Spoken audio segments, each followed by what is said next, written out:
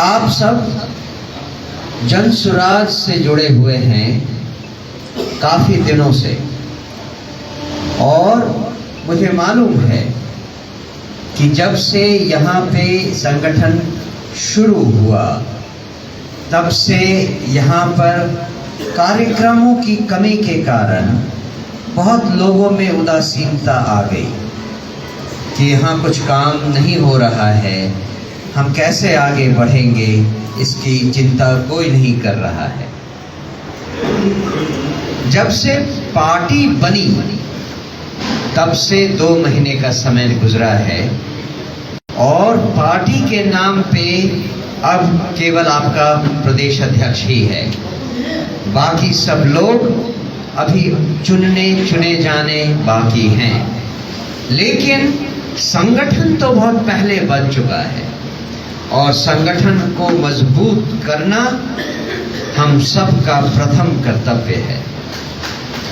हम लोगों ने देखा इस उपचुनाव में जो हमने हिस्सा लिया, बाकी दुनिया चाहे जो भी कहे, हमें सीखने को बहुत कुछ मिला है।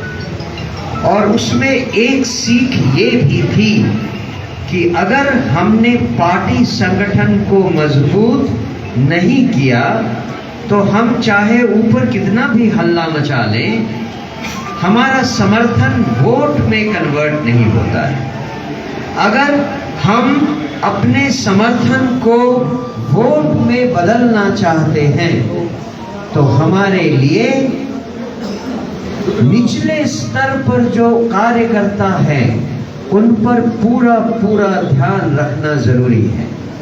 जो कार्यकर्ता गांव में है, जो कार्यकर्ता पंचायतों में है, जो कार्यकर्ता प्रखंडों में है, उन सब पर सही काम होना, उन सब को सही सलाह देना, उन सब को सही मार्गदर्शन देना अत्यंत जरूरी है।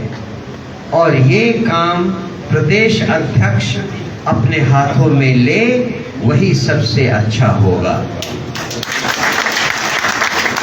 इसी सोच के साथ ये मेरी विजिट, मेरा आगमन हुआ है।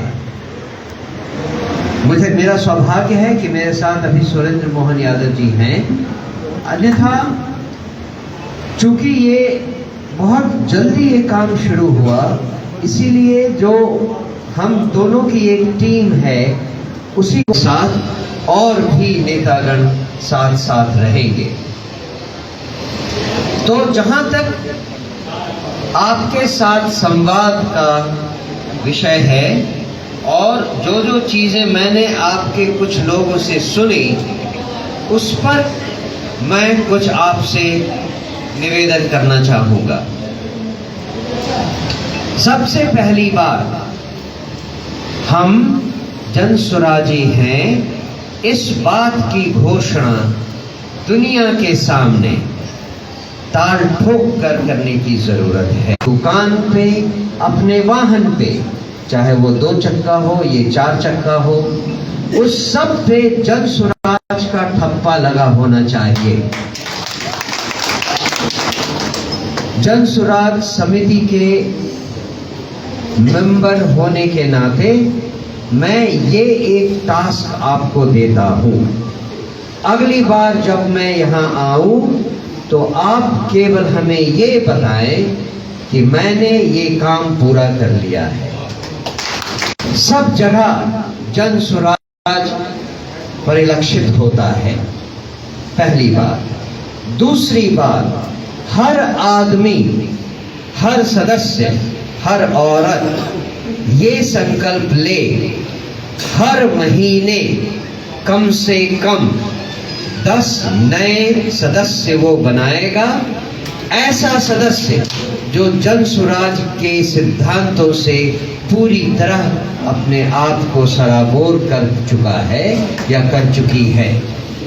हमें नए सदस्यों को बनाते रहने की जरूरत है और इसका पहला उत्तरदायित्व हमारे हर कार्यकारिणी के मेंबर ले। ये हमारा हमारा निर्देश रहेगा। आपको मालूम है कि पंचायत लेवल पे हमारे कार्यकारिणी के सदस्यों में की संख्या शायद 51 है, प्रखंडों में 151 है और जिले में 251 है। मुझे मालूम है कि बहुत जगहों पे, बहुत प्रखंडों में, बहुत पंचायतों में ये नंबर अभी तक पहुंचा नहीं है। इन सारे इकाइयों के अध्यक्षों से मेरा निवेदन है कि आप सब अपने अपने हिसाब से अपने सदस्यों की लिस्ट तैयार करें और मुझे प्रदेश अध्यक्ष के पास व्हाट्सएप पर भेजें। मैं चाहता हूं कि आप अध्यक्ष होने के नाते, अपनी अपनी इकाइयों के अध्यक्ष होने के नाते इस बात की जिम्मेदारी लें कि आपने जो मेंबर सजेस्ट किए हैं वो जन स्वराज को अच्छी तरह जानते हैं, समझते हैं, इसके सिद्धांतों को मानते हैं। ये जिम्मेदारी उन प्रदेश अध्यक्षों की होगी। अगर बात प्रदेश नहीं, यूनिट अध्यक्षों की होगी, पंचायत अध्यक्ष, प्रखंड अध्यक्ष या जिला अध्यक्ष की होगी। अगर उन सदस्यों में कभी कोई खामी दिखाई दी, उसके लिए जिम्मेदार आप होंगे। ये जिम्मेदारी मैं आपको सौंपता हूं। तीसरी चीज, अगली बार जब हम मिले तो मैं आपके मुंह से सुनना चाहूंगा। जैसे आपके प्रखंड टारगेट नंबर 2 ये था, वो पूरा हुआ। टारगेट नंबर 3 था, वो पूरा हुआ। टारगेट नंबर 4 पूरा नहीं हो पाया क्योंकि समय नहीं था। टारगेट नंबर 5 में इतना ही 50% काम हो पाया। मुझे एक रिपोर्ट चाहिए, आपने अपने लिए क्या सेट किया और क्या आपने पाया, क्या नहीं पाया। ये मुझे हर प्रखंड के अध्यक्ष से सुनना है। अगली बार मैं चाहता हूं कि आप सब एक लक्ष्य रखें अपने सामने। अपना लक्ष्य आप खुद तैयार करें और कितने बूथ पर आपने कितने लोगों को बूथ कमेटी के लिए तैयार किया, कितने लोगों को चुनाव कमेटी के लिए तैयार किया।